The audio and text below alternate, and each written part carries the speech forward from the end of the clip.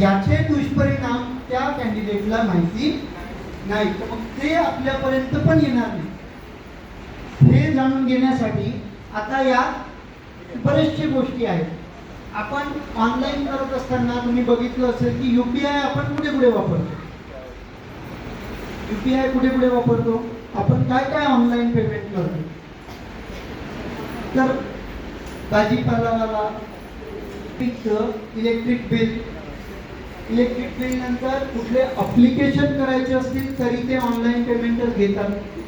बऱ्याचशा गोष्टी चलांनी होतात। पहिले बँकेतून पैसे ट्रान्सफर करावे लागायचे, आज तुम्ही कितीही मोठा आकडा घरी बसून ट्रान्सफर करू शकता। या सगळ्या गोष्टी डिजिटली आपल्याला अवेलेबल झाल्या आहेत। एवढंच नाही तर इथे बसलेल्या कित्येक लोकांकडे इंटरनेट वायफाय आलेलं असेल आणि त्या वायफायला आपण कनेक्ट करतो।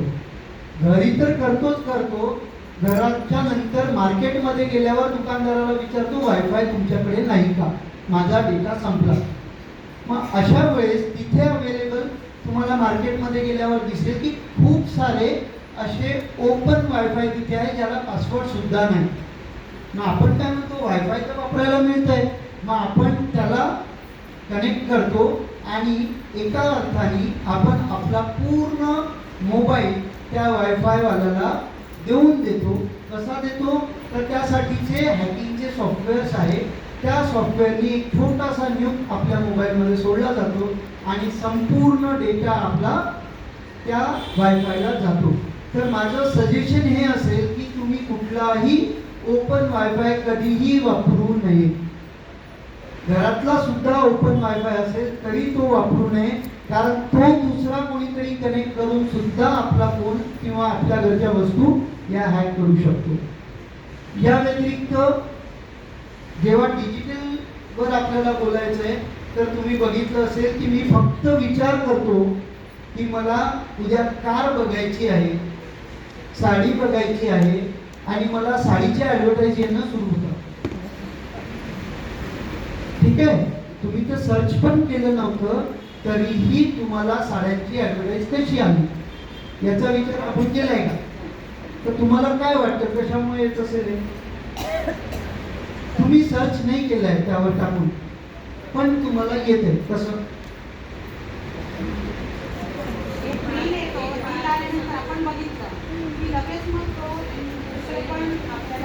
हा एक मुद्दा, आपण रील बघतो त्यावरून ते येतं। बरं, आता रील नाही बघितली मग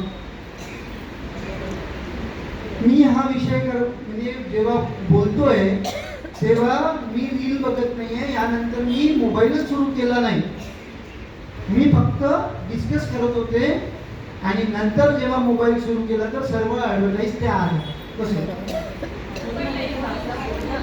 आपला जो मोबाईल आहे हा कंटिन्यू इंटरनेटला जोडलेला आहे आणि हा कंटिन्यू तुम्हाला ऐकत आहे।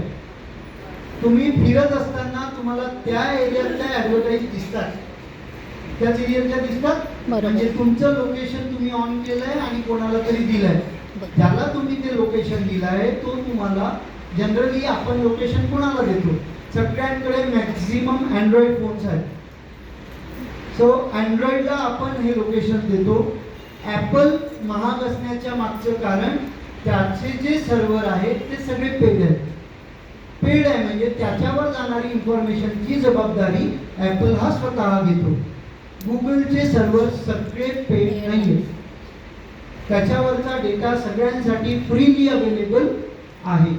याचंच उदाहरण म्हणजे तुम्ही आत्ता यालाच जोडणार तर तुमच्या AI युग सोबत, ज्याच्यात आपण ChatGPT नावाचा शब्द ऐकला असेल। आता हे ChatGPT एकच नाही, असे खूप आहेत वेगवेगळ्या कामासाठी, पण आपण काय वापरतो? ChatGPT। त्याला काय द्यायचं? एक फोटो दे, बनवून दे म्हणा, तो बनवून देतो। हे मदत सगळ्यांनी खूप साऱ्या जणांनी केलं असेल की कोणताही तुमचा एक फोटो द्या, त्याला तो ट्रेडिशनल लुकमध्ये बनवून तुम्हाला देणार, कार्टून लुकमध्ये बनवून देणार, तुम्ही जसं मागाल तसं तो बनवून देतो। म्हणजे तुम्ही तुमचा फोटो काय केला, त्याच्याशी शेअर केला, शेअर करत असताना तो तुम्हाला विचारतो की तुमच्या इथल्या सगळ्या फोटोची, कॉन्टॅक्टची, मला माहिती हवी, तुम्ही अलाउ करा. तुम्ही किती लोक हे वाचून अलाउ करता? किती लोकांनी वाचले की सगळे राईट्स द्या तुमच्या गॅलरीचे?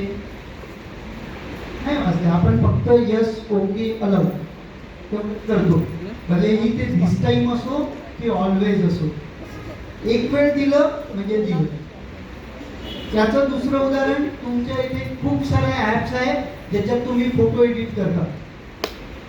आता इथे माहिती नाही, पण जेव्हा तो स्टुडंट एज असतो आहे तो स्टुडंट आपल्याला मांजरीचं नाक, कुत्र्याचं नाक, रॅबिटचे तुम्हाला कान, तुमचा चेहरा बदलवून देतो.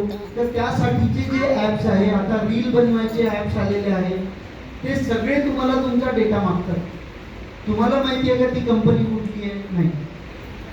तुम्हाला त्या कंपनीबद्दल काहीच माहिती नाही. तो तुमच्या फोटोचा वापर कसा करणार आहे काहीच माहिती नाही. आणि आपण आपले सगळे फोटो, आपली सगळी इन्फॉर्मेशन त्या कंपनीला देतो. काय तर मला कुत्रा बनव, एवढं म्हणण्याकरिता. सिंपल. आणि हे सगळं करत असताना म्हणून आपण किती सिक्युअर आहोत हे आपण लक्षात घ्यायला पाहिजे. त्या फोटोचा यूज जनरली कोणीच काही करत नसतो, पण याचा यूज होतो वॉरफेअरमध्ये. आज तुम्ही बघितलं असेल की एवढे युद्ध सुरू आहेत जगामध्ये, समोरासमोर कोणीच नाही. जो तो येतो ड्रोननी त्याच्यावर फेकून देतो. एकही व्यक्ती डिरेक्ट इन्व्हॉल्व समोरासमोर आहे, तलवार आहे, भाला आहे, असं कोणीही नाही. आजचं युद्ध हे तुमच्या डिजिटल टेक्नॉलॉजी सोबतच सर्वात जास्त लढल्या जाईल. म्हणून तुम्ही बघा की आज जेव्हाही तुम्हाला रोज ॲडव्हर्टाईज दिसतील तर यांनी असं म्हटलं, मोदींनी असं म्हटलं, या पार्टीने असं म्हटलं. का बरं? खोटे प्रोपगंडा खूप सारे आपल्यामध्ये पसरवले जातात. का बरं? एका सिंगल क्लिकवर ते अवेलेबल आहे. तो डेटा आपण कधी बघत पण नाही की तो बरोबर आहे, चूक आहे, आपण तो वापरला पाहिजे का, आपण तो फॉरवर्ड केला पाहिजे का. तर फॉरवर्ड करणाऱ्यांना आपला काय फायदा होणार किंवा आपलं काय नुकसान? तर आपला फायदा काहीच नाही आहे, आपलं नुकसान खूप आहे. फॉर एक्झाम्पल, एखादा मेसेज कोणीतरी तुम्हाला फॉरवर्ड केला आणि तो तुम्ही फॉरवर्ड केला, आणि ज्याने तो ओरिजिनली फॉरवर्ड केला होता त्याच्या कोणाच्या नावाने, तर ABC व्यक्तीने त्या व्यक्तीवर गुन्हा दाखल केला, मानहानीचा गुन्हा, की माझं हे नाही आहे, यांनी माझ्यावर खोटा आरोप केलाय. मग या गुन्ह्यामध्ये ज्यांनी फॉरवर्ड केला हे सगळे फोन नंबर भागीदार आहेत. म्हणजे तुमच्यावर तो गुन्हा ऑटोमॅटिक होणार. आणि हे फोन नंबर कोणाचे आहे कसे समजणार? तुमचे सगळे फोन नंबर आधारला लिंक आहेत. तर ज्याच्या नावाने तो फोन नंबर आहे त्याच्यावर तो गुन्हा जाणार. तर आपला फोन, आपलं आधार आपलंच असलं पाहिजे. आपल्या आधारवर दुसऱ्याला फोन नंबर घेऊन देऊ नका. पहिली गोष्ट, त्या फोनवरून काय मेसेजेस चालले हे आपल्याला कळायला पाहिजे. तो दुसरा काहीतरी मेसेज करेल आणि त्याचा